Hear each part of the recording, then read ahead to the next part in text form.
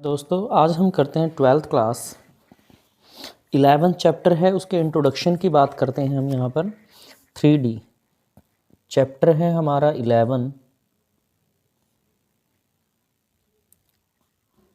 11 chapter की। तो भाई सबसे पहले बात करेंगे 3D। 3D किसे कहते हैं? आप कोई भी पॉइंट ले लीजिए, कोई भी, जब किसी भी पॉइंट को, सपोज एक पॉइंट लिया गया, इसको एक्स वाई जेड में दिखाना, यानी कि यहाँ पर एक्स में भी है, वाई में भी, जेड, तब उसे हम क्या कहते हैं भाई? 3D कहा जाता है। हमने 11th क्लास में पढ़ा कि 11th क्लास में दो एक्सिस होते हैं भाई, इस तरह से, ये ओरिजिन एक्स वाई। तो यहाँ पर कोई पॉइंट है, किस में होगा? यहाँ पर P पॉइंट है, एक्स वाई के अंदर होगा। ये 2D था भाई, जो आपने 11th क्लास में किया। अब 3D की बात करते हैं। 3D की बात करेंगे तो आप 3 पॉइंट यहाँ पर लेंगे, X axis, Y, Z axis, ये ओरिजिन है। तीनों पॉइंट एक दूसरे पर परपेंडिकुलर होते हैं, म्यूचुअली परपेंडिकुलर होते हैं भाई। यहाँ पर X axis, Y axis, Z axis. Suppose यहाँ पर कोई पॉइंट है P, तो P पॉइंट को हम एक्स वाई जेड तीनों एक्सिस में जब रिप्रेजेंट किया जाता है तब उसे कहा जाता है 3D। सिंपल एग्जांपल आप ले सकते हैं। जिस रूम में आप बैठे हुए हैं उस रूम के कॉर्नर को देखिए, रूम का कॉर्नर देखेंगे, कॉर्नर की एक साइड तो ये हो जाएगी आपकी, ये हाइट होगी, दूसरी साइड ये होगी भाई कॉर्नर में, 3 साइड। बहुत सिंपल एग्जांपल है आपका। रूम के अंदर किसी भी कॉर्नर को देख लीजिए स्पेस में, वो तीनों एक्सिस को शो करता है, एक्स वाई और जेड, लेंथ ब्रेथ और हाइट तीनों उसके अंदर होती हैं भाई। अब 3 डायमेंशन बहुत सिंपल है भाई, हमने 2 डायमेंशन पढ़ा है। सबसे पहले डिस्टेंस फॉर्मूले की बात करते हैं। मान लीजिए आपको 2 लाइन की इक्वेशन दी गई है भाई। यहाँ पर ए के पॉइंट है x1 y1 और भाई z1, ये पहला पॉइंट है लाइन का, ये लाइन है भाई। दूसरा पॉइंट है बी, ये है भाई x2 y2 और z2। तो आपने जो 10th क्लास में किया है ना, डिस्टेंस निकालते हैं आप, डिस्टेंस ए बी, तो सेम वही फॉर्मूला है। अंतर क्या है यहाँ पर कि यहाँ जेड और आ जाएगा इसमें, वहाँ आपने 2 एक्सिस में किया था 2 डायमेंशन में, अब 3 डायमेंशन में 3D आ जाएगा। x2 माइनस x1 का square plus y2 minus y1 square plus z2 minus z1 का स्क्वायर। इस तरह से आपके पास यहाँ आ जाएगा। डिस्टेंस फॉर्मूला हो गया। ये 2 पॉइंट है लाइन के, ये A है और ये B है भी। दोनों पॉइंट 3 एक्सिस में है, एक्स वाई जेड, ये भी x2 y2 और z2 में। तो डिस्टेंस फॉर्मूला इस तरह से हम इसका निकाल सकते हैं क्वेश्चन में। अब आपने एक और चीज़ वहाँ पर की थी, सेक्शन फॉर्मूला भाई, सेक्शन फॉर्मूला। इसमें क्या था? सपोज आपको एक लाइन दी गई है यहाँ पर, जैसे अभी दी है A, x1 y1 z1, B के पॉइंट है वही x2 y2 और z2। तीसरा पॉइंट है, इसको इंटरसेक्ट करता है भाई C, और x y z आपको इसके कोऑर्डिनेट निकालने हैं। यहाँ पर जो इसको डिवाइड करता है ये m1 रेशो m2 में डिवाइड करता है भाई। इंटरनली और एक्सटर्नली दो तरह से निकलता है। सबसे पहले इंटरनली की बात करते हैं, तो कोऑर्डिनेट ऑफ C निकालोगे आप, कोऑर्डिनेट ऑफ C। सबसे पहले x के लिए फॉर्मूला रहेगा x2 m1 x1 m2 divided by m1 plus m2। Same फिर y के लिए आ जाएगा, जहाँ x रखा हुआ बस y को चेंज कर दीजिए, y2 m1 y1 m2 इधर आ जाएगा m1 प्लस m2। इसी प्रकार वहाँ आप 2 निकालते थे x और y, यहाँ पर क्या है z और आ जाएगा, जहाँ x से z चेंज हो जाएगा, z2 m1 z1 m2 divide में आ गया भाई m1 प्लस m2 क्वेश्चन में। अगर ये एक्सटर्नली है, अगर आपका एक्सटर्नली है भाई यहाँ पर, तो बस फॉर्मूला सेम रहेगा, बीच में यहाँ पर माइनस आ जाएगा, जैसे x2m1 minus x1m2 divided by m1 minus m2। Same ऐसे ही y का होगा और ऐसे ही आपका z का आएगा, बिल्कुल सेम इसी तरह से, बस बीच में माइनस आपके पास यहाँ आ जाएगा। अब कोलिनियर की बात करते हैं। कोलिनियर, मान लीजिए आपको पॉइंट दिए गए हैं भाई यहाँ पर ABC, तो लाइन कोलिनियर कब होंगी? हमें क्या करना है यहाँ से, जैसे AC जो बड़ी लाइन होगी वो आपकी क्या आएगी भाई, AB प्लस BC, इसके बराबर आ जाए, तब हम कहेंगे कि ABC क्या है, आर्क कोलिनियर। निकलेंगी डिस्टेंस फॉर्मूले से ही ये, जैसे AB निकलेगी, AC, ये जितनी भी साइड हैं जो डिस्टेंस फॉर्मूला हमने किया है उसी से ये सारी की सारी वैल्यूज़ यहाँ पर निकलेंगी। और जो हम पिछले चैप्टर में 10 चैप्टर में वेक्टर कर चुके हैं, वेक्टर भी पूरा एज डी चलेगा इस चैप्टर में, तो उस वेक्टर को भी आपको याद रखना है, उन वैल्यूज़ को। आगे बात करेंगे आइसोसेल ट्रायंगल की भी। आइसोसेल ट्रायंगल, अब मान लीजिए आपको कोई ट्रायंगल दी गई है इस तरह से,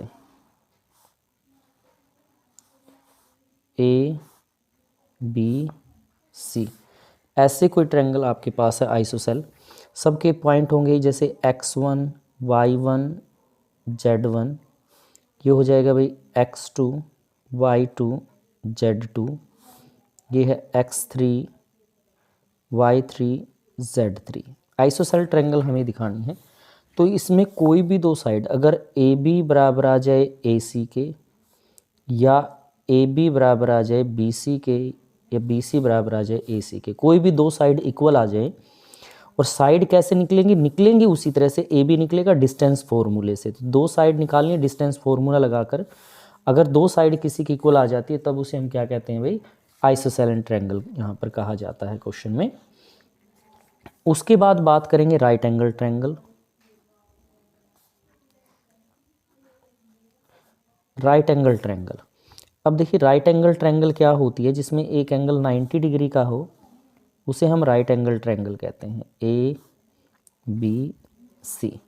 तो ये 90 डिग्री का एंगल है, और 90 डिग्री के सामने जो एंगल साइड होती है उसे हाइपोटेन्यूज कहा जाता है भाई, मतलब सबसे बड़ी साइड ये होती है हमारी हाइपोटेन्यूज।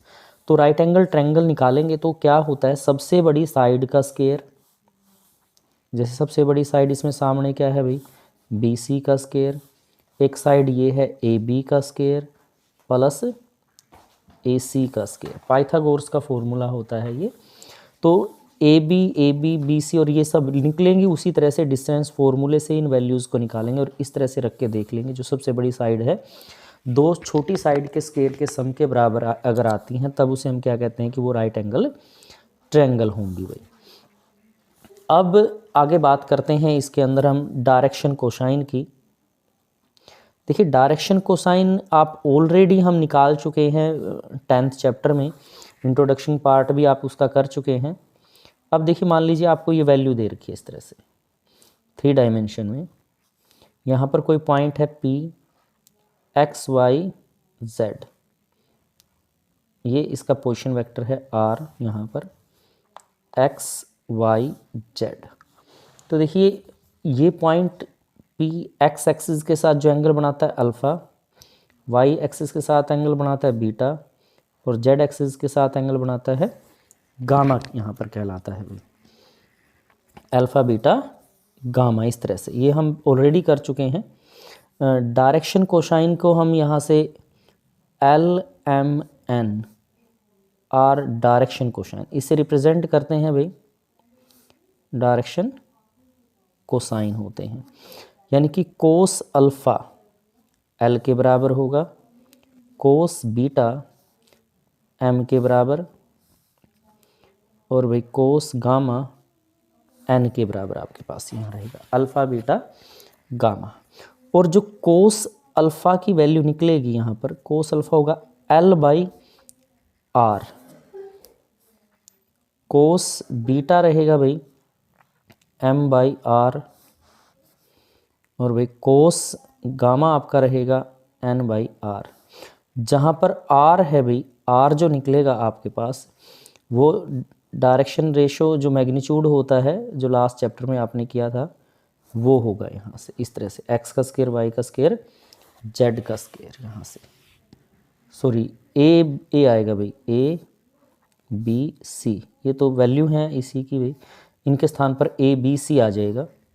a मान लीजिए a पॉइंट ये है, b ये है और c ये है, तो ये रिजल्टेंट है पोजीशन वेक्टर है ओ बी जहाँ से निकाला गया है। तो उसके लिए आपके पास एक्स वाई जेड, या इसको ए बी सी लिया है तो आप ऐसे भी लिख सकते हैं ए का स्क्वायर प्लस बी का स्क्वायर प्लस सी का स्क्वायर।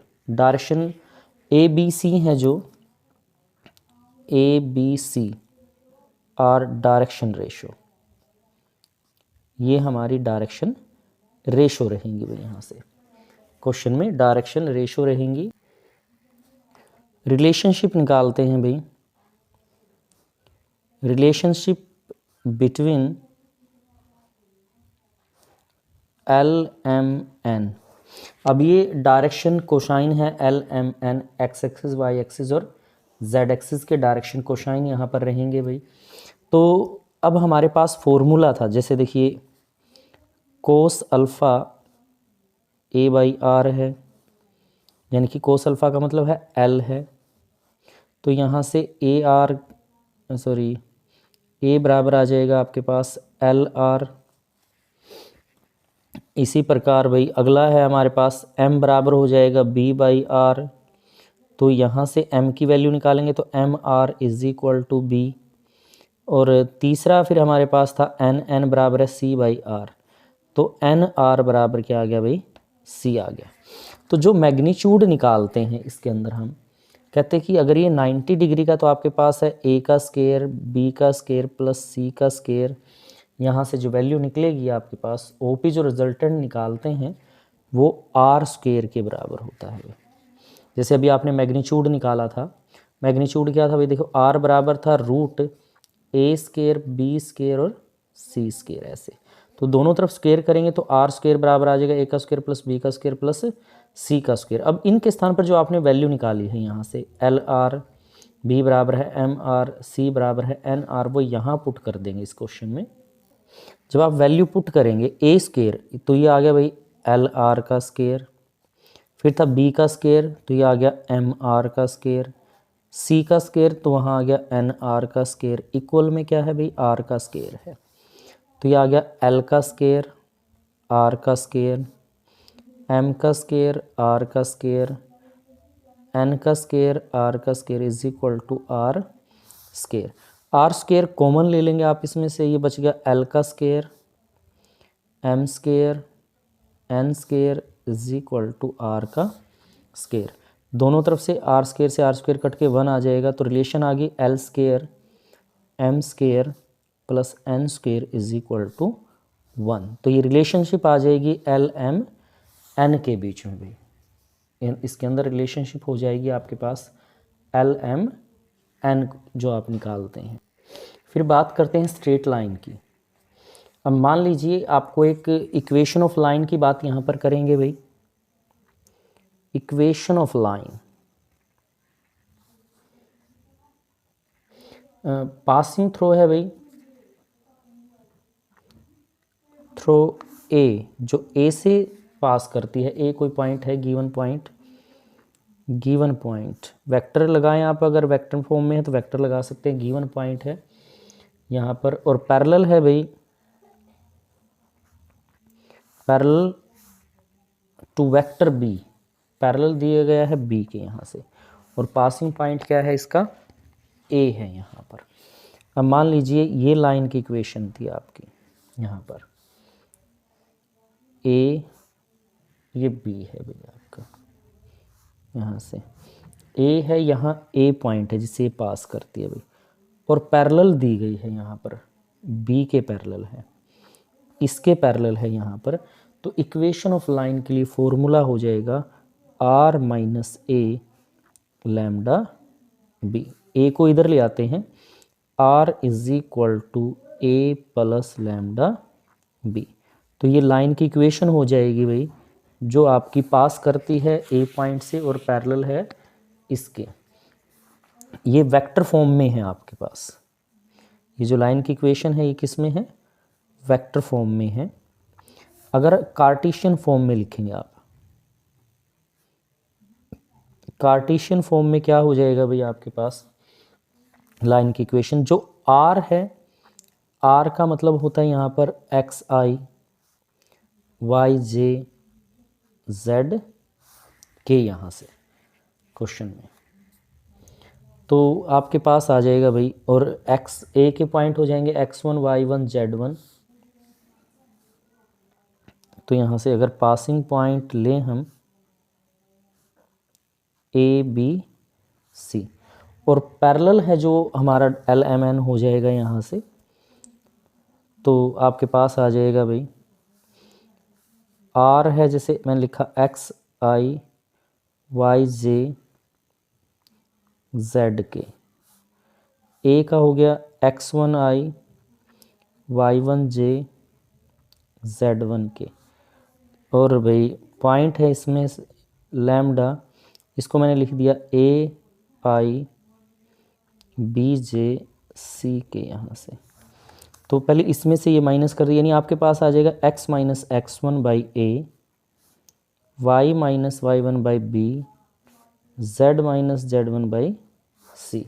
तो ये लाइन की इक्वेशन की क्या हो जाएगी भाई, कार्टेशियन फॉर्म हो जाएगी आपके पास। फिर बात करते हैं इक्वेशन ऑफ लाइन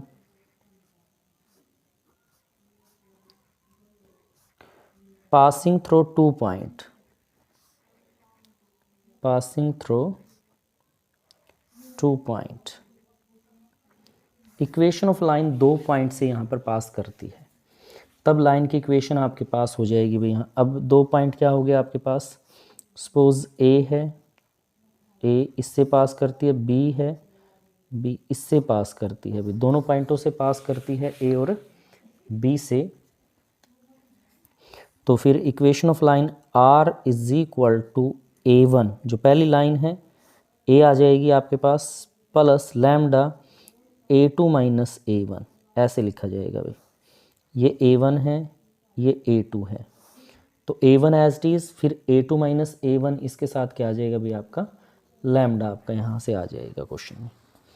अब इक्वेशन ऑफ लाइन यही कार्टेशियन फॉर्म में लिखा जाए तो इक्वेशन ऑफ लाइन क्या रहेगी फिर भाई, x माइनस x1, और यहाँ आएगा x2 minus x1, y1 y2 minus y1, यहाँ इसी प्रकार z1 और नीचे z2 माइनस z1। ये पॉइंट आगे x1 y1 z1, ये तो इधर आके माइनस हो जाएंगे, और ये जो वैल्यू आएगी ये सारी डिवाइड में आपके पास आ जाएगी, यानी कार्टेशियन फॉर्म हो जाएगी लाइन की इक्वेशन की। आपको लाइन की इक्वेशन दी गई है, दो लाइन की इक्वेशन के बीच में एंगल है भाई, दैट इज थीटा।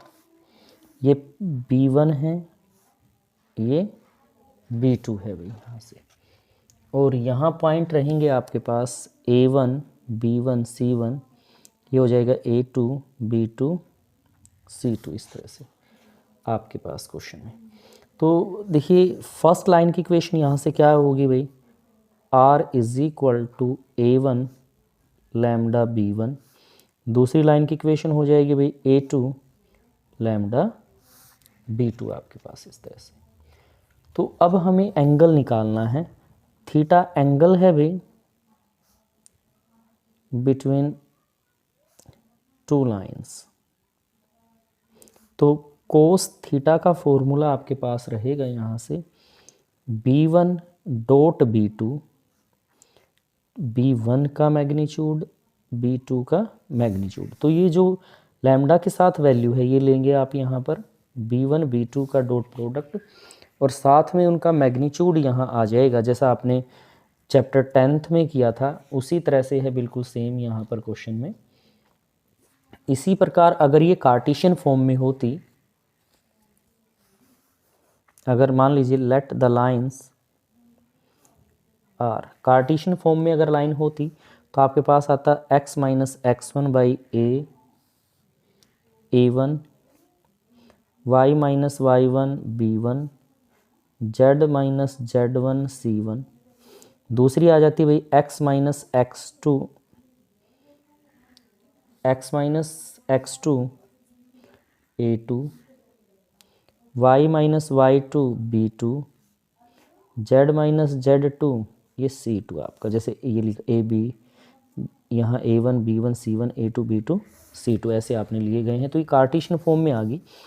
यहाँ पर एंगल निकालना है तो कोस थीटा के लिए फॉर्मूला आपके पास रहेगा A1 A2 मल्टीप्लाई कर देंगे B1 B2 की प्लस C1 C2 की, और डिवाइड में आएगा अलग अलग का मैग्नीट्यूड A1 का स्केयर B1 का स्केयर प्लस C1 का स्केयर इनटू दूसरा आ जाएगा फिर A2 का स्केयर B2 का स्केयर C2 का स्केयर। इस तरह से फिर हम इसके अंदर अगर कार्टेशियन फॉर्म में है तो एंगल निकाल सकते हैं कोस थीटा में। इस तरह से क्वेश्चन में एंगल निकालना है हमें। फिर बात करेंगे शॉर्टेस्ट डिस्टेंस की भाई, SD निकालेंगे। शॉर्टेस्ट डिस्टेंस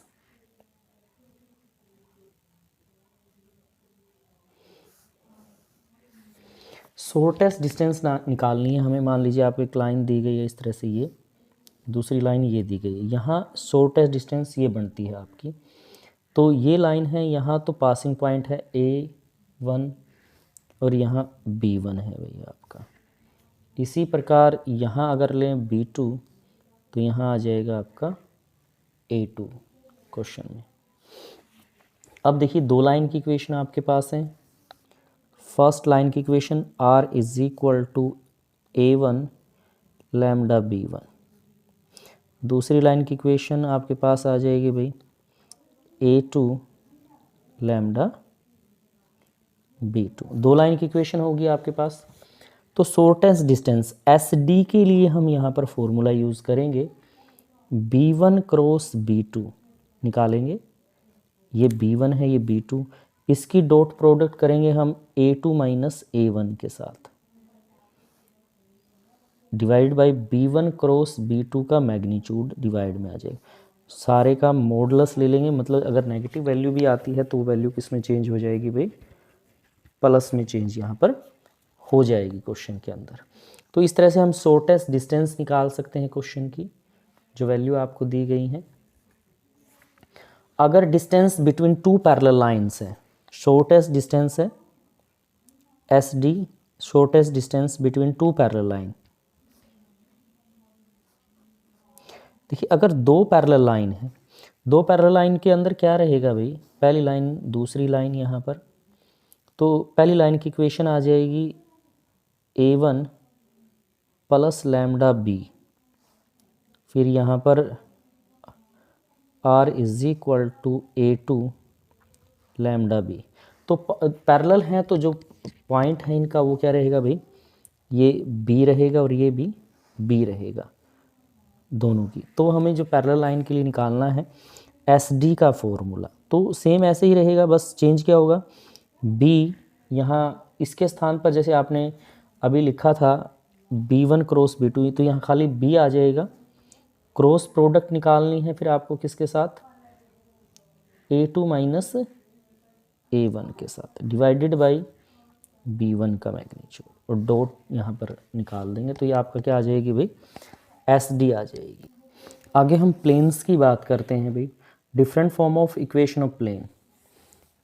सबसे पहले बात करेंगे नॉर्मल इक्वेशन की, नॉर्मल फॉर्म। अब मान लीजिए आपके पास एक्सिस दिया गया है इस तरह से, यहाँ से x axis, y axis, z axis. तो हम सबसे पहले नॉर्मल फॉर्म ले लेते हैं यहाँ पर क्वेश्चन में, x y z ये ओरिजिन है भाई, ये आ गया आपका A, ये B और ये C पॉइंट। तो D यहाँ पर कोई पॉइंट है, ये परपेंडिकुलर है यहाँ पर भाई, नॉर्मल वेक्टर है, D डिस्टेंस है फ्रॉम द ओरिजिन, यहाँ पर इस तरह से आपके पास आ जाएगा भाई। ये पॉइंट P है विद पोजीशन वेक्टर R है भाई यहाँ पर क्वेश्चन में। तो यहाँ पर बात करेंगे लेट ABC बी डिस्टेंस है भाई D from the origin, D origin से डिस्टेंस है, ओ एन जो यहाँ पर लिया गया है नॉर्मल वेक्टर है, यहाँ पर यूनिट वेक्टर है भाई, नॉर्मल वेक्टर कहते हैं इसको यहाँ से। तो equation of plane, equation of plane की बात यहाँ पर करेंगे तो वो आ जाएगी आर वेक्टर, ये unit vector is equal to distance from the origin. तो ये प्लेन की इक्वेशन हो जाएगी, नॉर्मल फॉर्म है ये प्लेन की इक्वेशन की क्वेश्चन में। अब नेक्स्ट आपके पास क्या रहेगा भाई, सपोज कीजिए कि l M n direction cosine आपको दिए गए हैं। सेकंड फॉर्म है वेक्टर की बी, ये कहता है if l M n direction cosine है भाई यहाँ पर,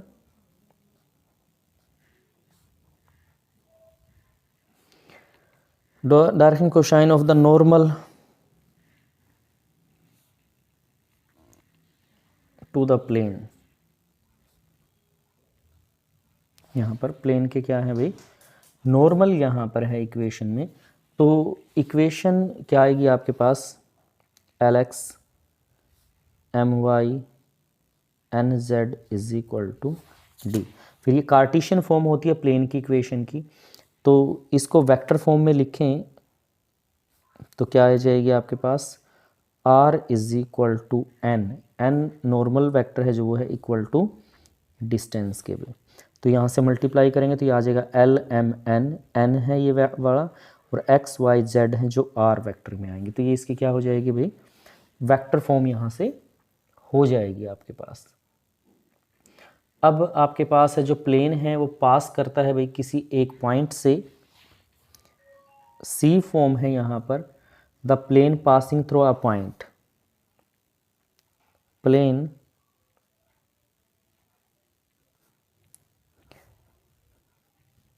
passing through a point, plane किसी एक पॉइंट से पास करता है, उस कंडीशन में वेक्टर की क्या इक्वेशन यहाँ पर रहेगी भाई, वो हम बात यहाँ पर करेंगे।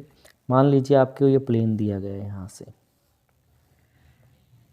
क्वेश्चन में, तो ये पॉइंट ए है भाई, ए से वो पास करता है, और जो परपेंडिकुलर है वो आपको दे रखे यहाँ से भाई नॉर्मल है जो यहाँ से ए बी सी के, ये नॉर्मल आ जाएगा ए बी सी आपका, यहाँ से एन से लिख सकते हैं आप इसको। तो बात कर लेंगे तो क्या इक्वेशन आ जाएगी, आर माइनस ए जिससे पास करती है वो डॉट प्रोडक्ट आएगी एन के साथ इज इक्वल टू 0, यहाँ पर हो जाएगा भाई। और इसी को अगर कार्टेशियन फॉर्म में लिखें वेक्टर की इक्वेशन को तो आ जाएगा x minus x one into n, n क्या आएगा a plus b y one minus y one c z minus z one, और इक्वल टू 0 यहाँ पर हो जाएगा। तो ये कार्टेशियन फॉर्म आपके पास हो जाएगी इसी लाइन की इक्वेशन की। फिर है भाई जो पासिंग पॉइंट है आपका दो पॉइंटों से पास करता है यहाँ से, then passing through the 3 points, d है भाई प्लेन पासिंग थ्रू 3 पॉइंट्स, 3 पॉइंटों से पास करता है यहाँ पर। अब पासिंग पॉइंट क्या हो जाएंगे आपके पास, ए बी सी यहाँ पर हो जाएंगे भाई। अब आपके पास ये प्लेन दिया हुआ है क्वेश्चन में, ये आपका कोई प्लेन है भाई, यहाँ पर पॉइंट ए है, तो ये पोजीशन वेक्टर है पी आर, यहाँ से एक पॉइंट तो ये आ गया आपके पास, यहाँ पॉइंट है सी, ये ए है, तो यहाँ पर आपके पास आ जाएगा भाई सी माइनस ए। दूसरा ये पॉइंट है भाई आपका बी है यहाँ, तो ये आ जाएगा बी माइनस ए। जो ये लाइन है ये परपेंडिकुलर रहेगी भाई दोनों के, तो ये आ जाएगा बी माइनस ए क्रॉस सी माइनस ए, यहाँ पर दोनों की मल्टीप्लाई के बराबर यहाँ आपके पास आएगी भाई, यानी कि आर माइनस ए, ये आपके पास आ जाएगा भाई, डॉट प्रोडक्ट रहेगी बी माइनस ए क्रॉस सी माइनस ए की इक्वल टू 0।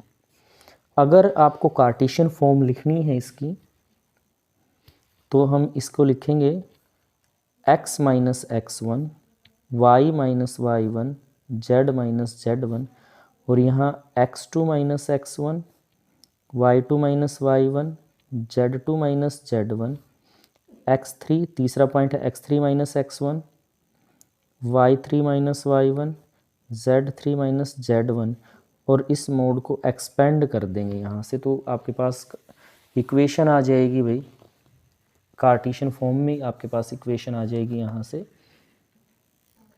इसके बाद इंटरसेप्ट फॉर्म ऑफ प्लेन है।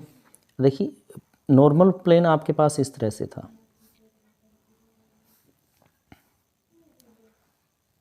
ये नॉर्मल प्लेन है इस तरह से, एक्स वाई जेड, ये ओरिजिन है भाई यहाँ पर, तो ये होगा ए बी और ये क्या आ जाएगा सी आपके पास आ जाएगा यहाँ से क्वेश्चन में। ए है, ये पॉइंट बी है और ये पॉइंट भाई सी है। तो कार्टेशियन फॉर्म में यहाँ पर plane make the intercept, x axis intercept बनाता है, ओ से ए तक की डिस्टेंस ए है, ओ से बी तक की डिस्टेंस क्या है भाई वाई है। तो यहाँ पर x upon a plus y by b plus z by c is equal to 1। तो इसको बोलते हैं इंटरसेप्टिव फॉर्म, जहाँ पर ओरिजिन से डिस्टेंस ए है, ये बी है, ये सी है, तो इसको बोलेंगे interceptive equation of plane.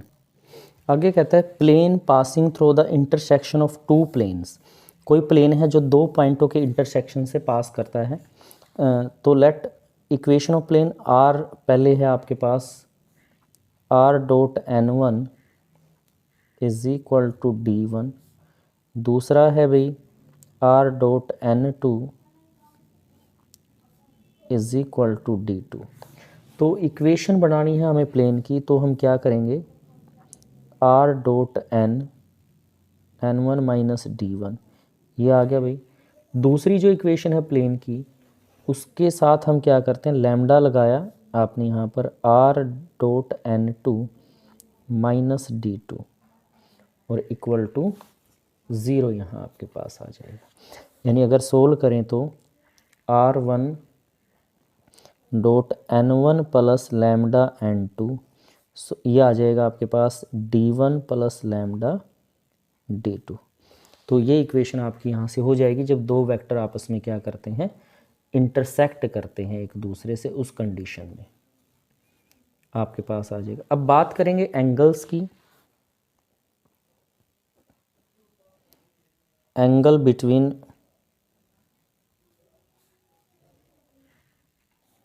The planes, दो प्लेन की इक्वेशन दी गई है, उनके बीच में एंगल है।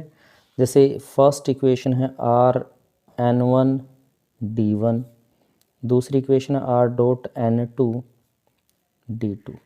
तो हमें एंगल यहाँ पर निकालना होगा, तो कोस थीटा का फॉर्मूला आपके पास रहेगा भाई n1 डॉट n2 डिवाइड में आ जाएगा आपके पास n1 का मैग्नीट्यूड n2 का मैग्नीट्यूड भाई यहाँ पर इस तरह से।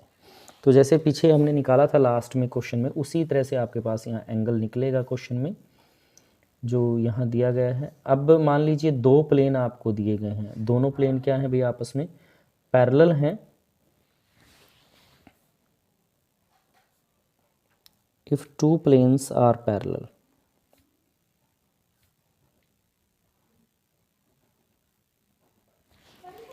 अगर दो प्लेन पैरेलल हैं आपस में यहाँ पर, तो आपके पास यहाँ आ जाएगा भाई a1 by a2, b1 by b2 और c1 बाई c2। दो प्लेन की जो डायरेक्शन रेशो है वो डिवाइड में रहेंगी, इक्वल आ जाएंगी, जब दो प्लेन क्या होंगे भाई पैरेलल होंगे। अगर दो प्लेन परपेंडिकुलर हैं भाई,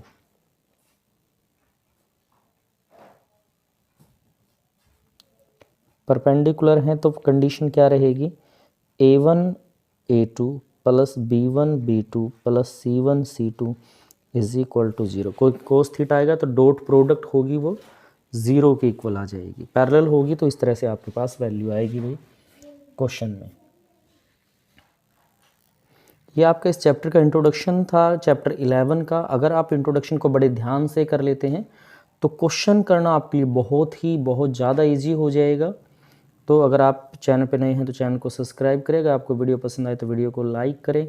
लाइक करने का कोई पैसा नहीं लगता, फ्री ऑफ कॉस्ट है, आप लाइक कर सकते हैं, सब्सक्राइब कर सकते हैं।